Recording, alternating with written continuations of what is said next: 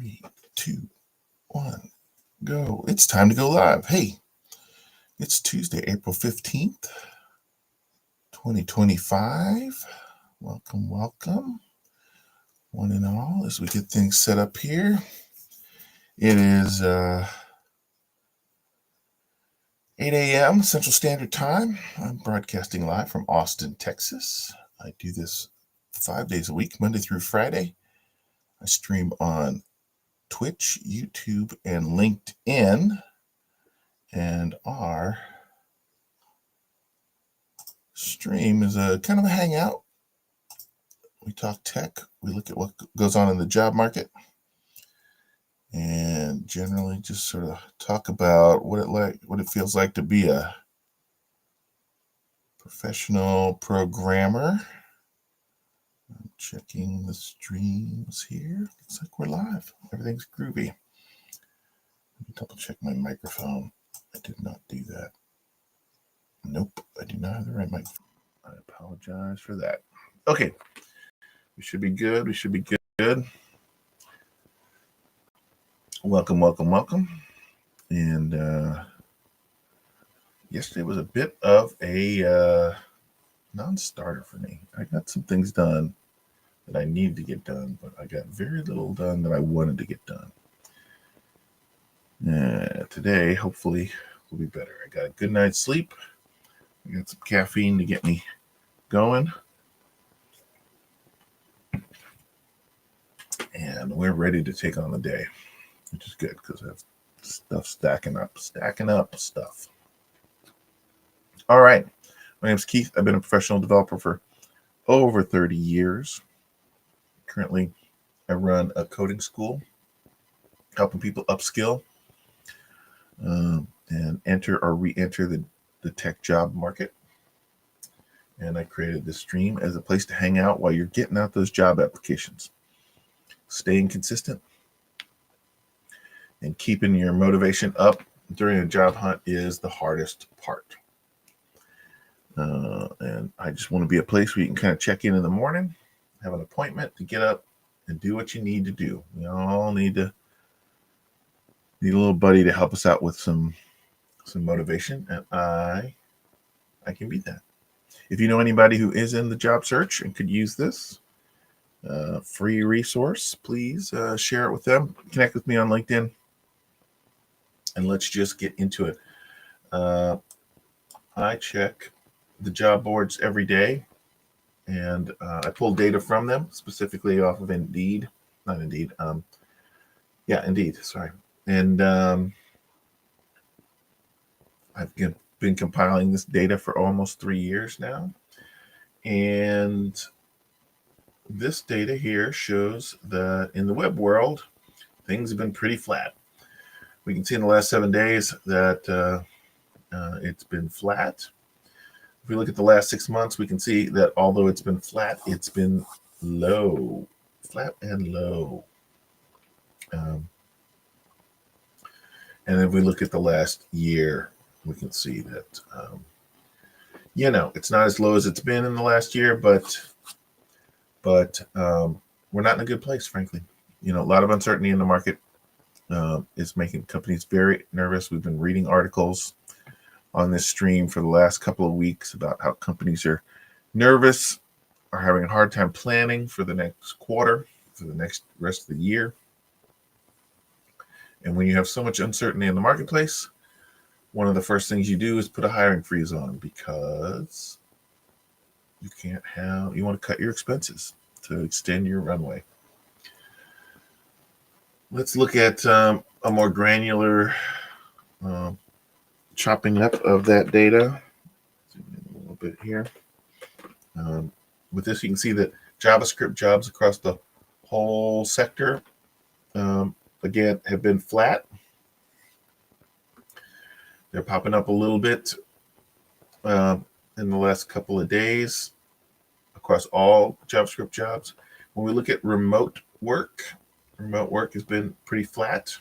If we break that down to entry-level, mid-level, and senior-level developers that are in person, we can see that growth in the last few days is really coming out of mid-level roles um, and it's kind of as high as it's been in the last 4 months, 3.5 months. And if we look at remote roles, echo typically the in-person roles, and we'll see that it is starting to upturn just a little bit, but it's down from its high in February.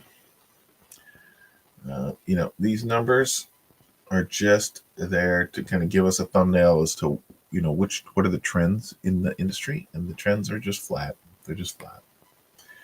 They're peaking up this week, but they could easily just start to dip down again next week, with all the uncertainty in the larger business world. Okay, so the other thing we do is look at news that goes on in the tech space, specifically if there's news about programmers in tech, but more broadly, if there are other business news stories that might affect our companies and their hiring practices.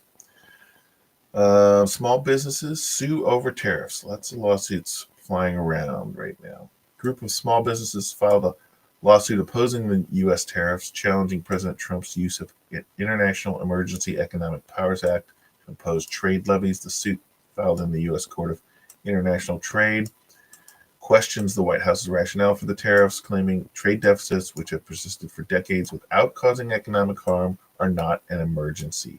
The plaintiffs include a wine distributor, a cycling apparel brand, and plumbing supply company. And clearly this is something had to be done in terms of the deficits. But to say that this ripping off the Band-Aid, this radical shift in our trade policies is completely voluntary and, arguably not necessary. When a ship is off course, you can get it back on course with a very small adjustment. It does not have to be putting the engines in reverse. It does not have to do that. So, where this would get in court is, unlikely. Courts have been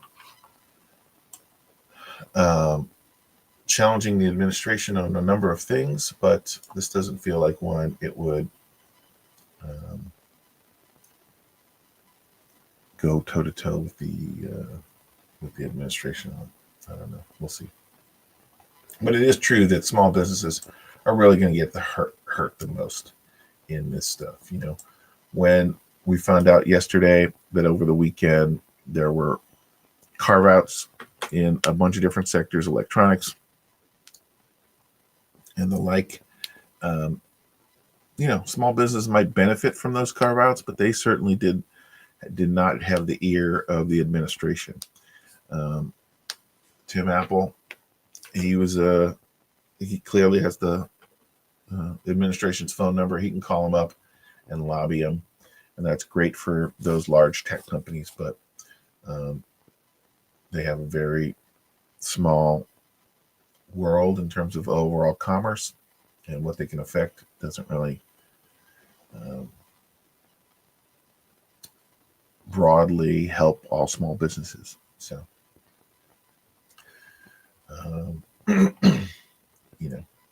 the vast majority of businesses and commerce that happens in the United States and across the world is in small businesses, but they just don't have the lobbying money to make their voice heard in the same way. So they have to resort to lawsuits to just get some attention and some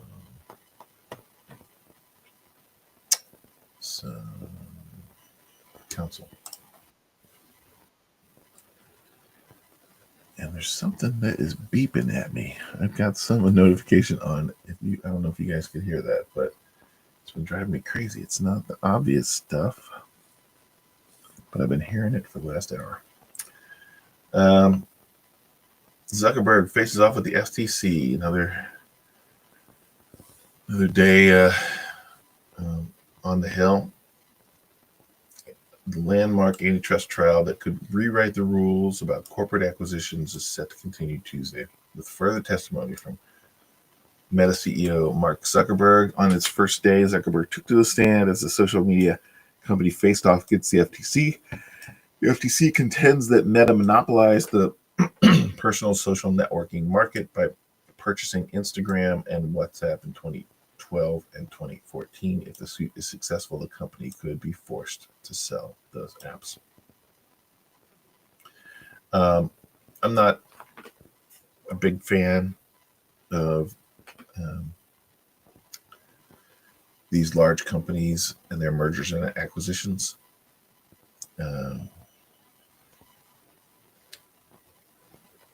But, this should have been taken care of in 2012 and 2014.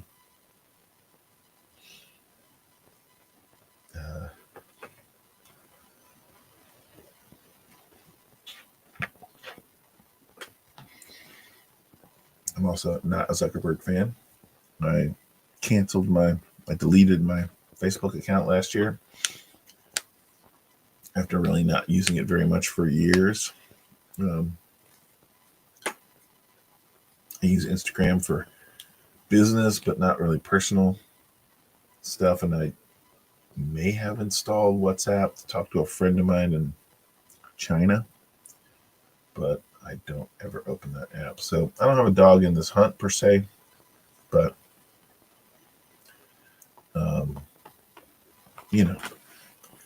this is the problem with government regulation: is it moves too slow for these companies that move too fast.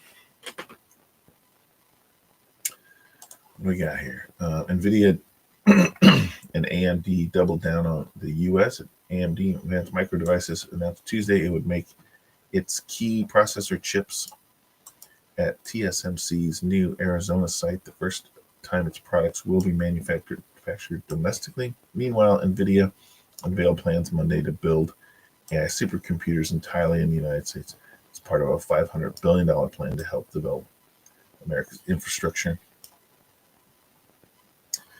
NVIDIA's plan involves building supercomputing manufacturing facilities with Foxconn in Houston and Wistron in Dallas, Texas. Wistron. Don't know that company. Blackwell chip production has started in Phoenix. Tariffs on imported chips are expected very soon. So, the last administration did the CHIPS Act, which started this ball rolling. Clearly, AI is going to be a big, huge, growing concern. And if we ever hit AGI or greater, people are arguing about whether we've hit AGI already, but if we're going to be putting robots in every house and robot cars in every driveway, being dependent on one company to be able to throw a switch and cut us off from that makes no sense from a security standpoint. So I'm all for bringing those jobs to the U.S. We've had a number of chip makers here in Austin, Texas for years, going back. AMD, Motorola, chip manufacturing plants here. Texas and chips have gone together for decades now. So that does not surprise me much at all. Let's see. More young adults work for their parents. This is an interesting article. As early job opportunities dry up, more Americans are getting comfortable calling their mom or dad boss, according to the Wall Street Journal. Per estimates from the payroll provider Gusto, the number of small businesses that employ an owner's adult child has doubled since 2018, rising 13% over the past year. While the arrangement can be attractive for older generations getting serious about succession planning, experts note that quickly pushing a scion into a leadership role becomes risky, comes with risk. One of the commenters here started off her comment with, "I love my parents, but working for either of them sounds like my own personal nightmare. Apparently, I'm in a shrinking minority." Mom and Dad Inc. Again, this is also limited to those parents who have their own business, right? This is everything from a excuse me, a car mechanic shop to a restaurant to a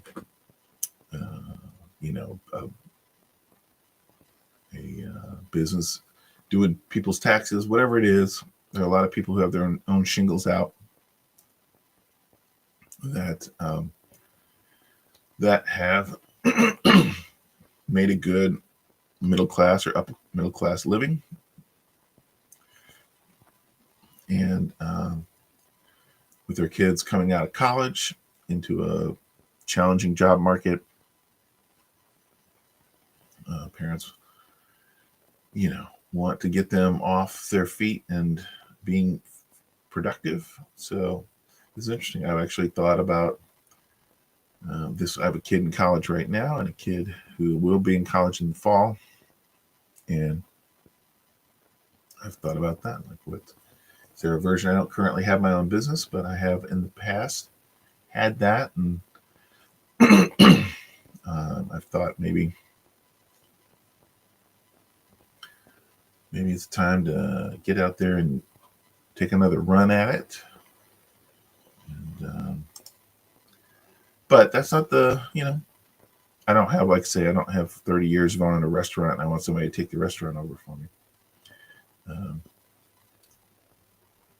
What my kid wants to do with their life.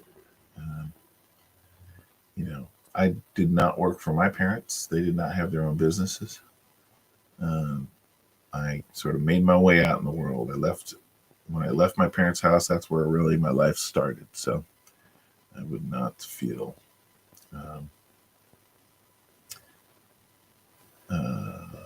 like it would be the best opportunity for the kid. You have to endure some hardships. I struggled for years before I found my thing. And that struggle was good, helped me get some priorities straight in the process. So being quick to throw a lifeline out to a kid doesn't necessarily do them any favors. I don't know. It's a complicated world. Any opinions about that? Let's see, I have the chat. Comments? No. Would you work for your parents if they had a business?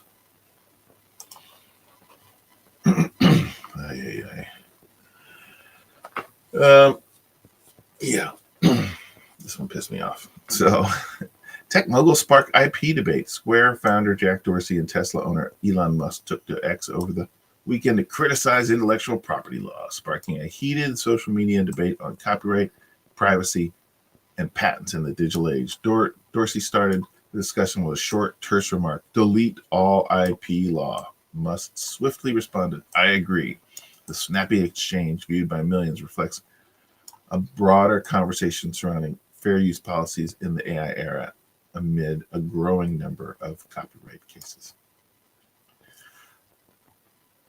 Gosh, I have so much to say about this. I don't know.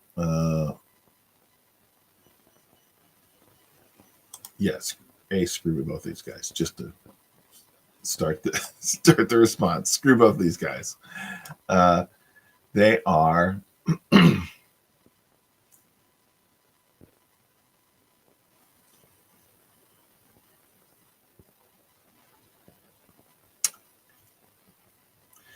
yeah, screw both those guys. No. It's the reason why we have intellectual property laws. Are they feeling a little archaic, and could they be adjusted? Absolutely. Again, have they been abused by large corporations like Disney? Yes, they have.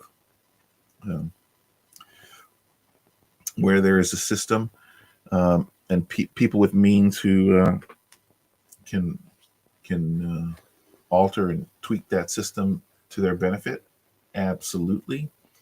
But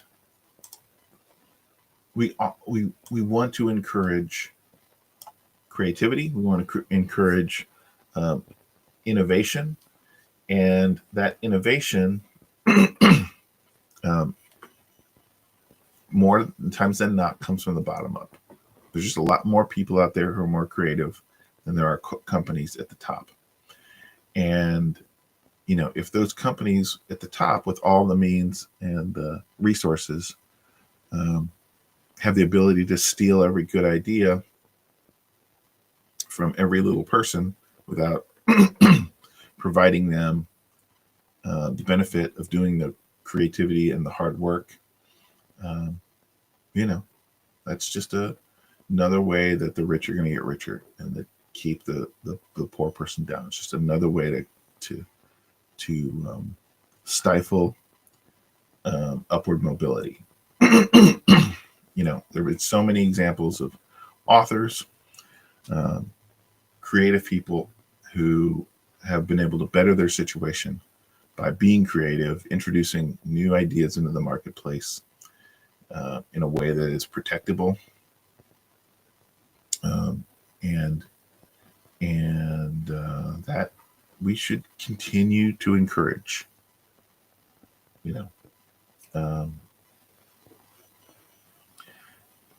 From where they're sitting, they're looking specifically at, AIs. They need more training data. They don't need the lawsuits that come with the fact that they've been stealing all the trading data.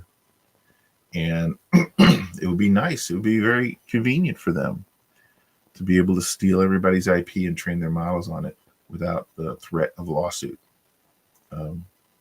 And this is a real concern when it comes to China, because China doesn't have the same restrictions. They can steal all their data of their citizens and use it to train with. It's unfortunate. That's just the way the world works. Sometimes life is hard, and sometimes you got to pay the piper. Right now, they've created a whole industry off the theft of people's IP, and they don't want to pay the piper. So, screw both these guys. Screw them. What creative thing did they put in the world? What creative thing, indeed. And I guarantee both these guys have had plenty of lawsuits over the years that have, gone after people who they say have infringed on their IP. You can't have as many businesses as they do who have not benefited from, sicking their lawyers on people who are ripping them off. But now they're at the top of the food chain, and they've got a very different perspective. They're not creating art. They need to leverage that art to create a new thing, and they don't want to get sued for it. That's all it is. Screw those guys.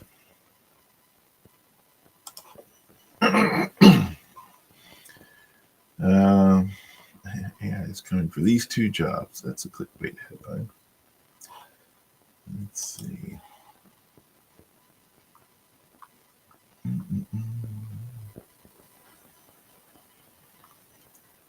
NVIDIA to manufacture American-made AI supercomputers.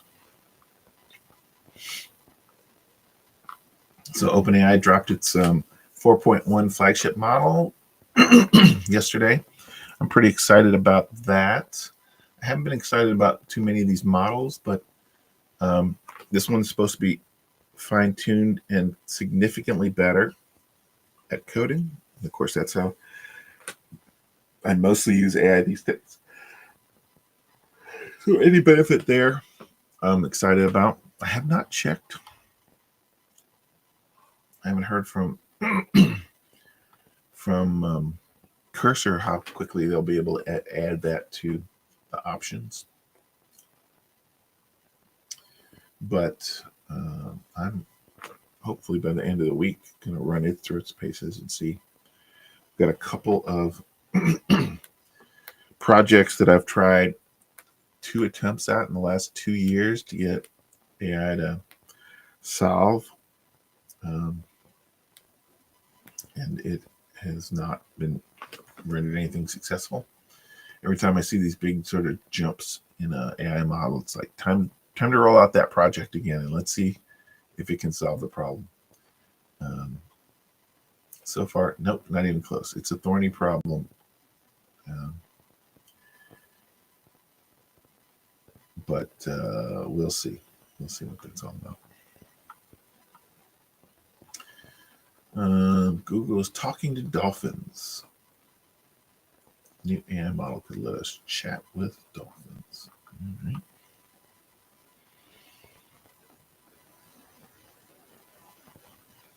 AI companions are the final stage of digital addiction, and lawmakers are taking aim. People are falling in love.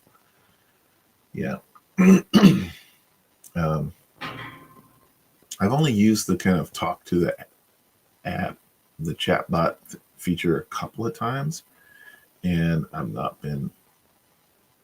it's been pretty frustrating for me. I've not been a big fan of it, generally speaking.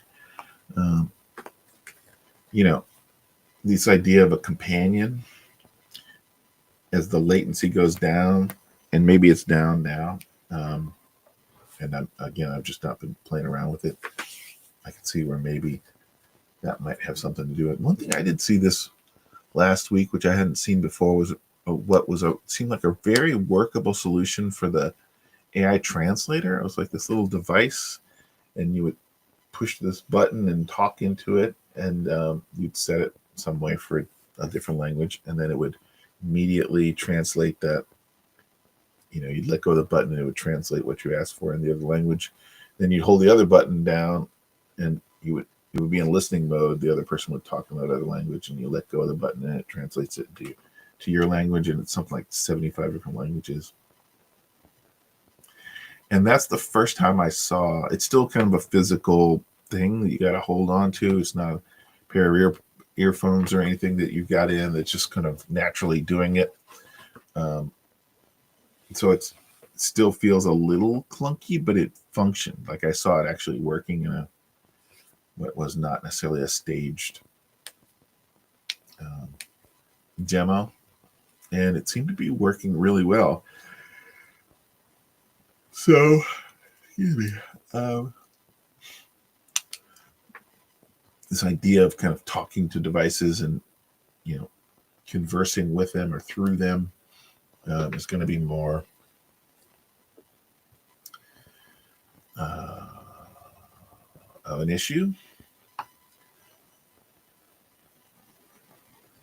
But I just don't have time in the day. Like, I don't even have that much time to talk to my own wife, much less to have some AI be chatting with the AI all day. I know.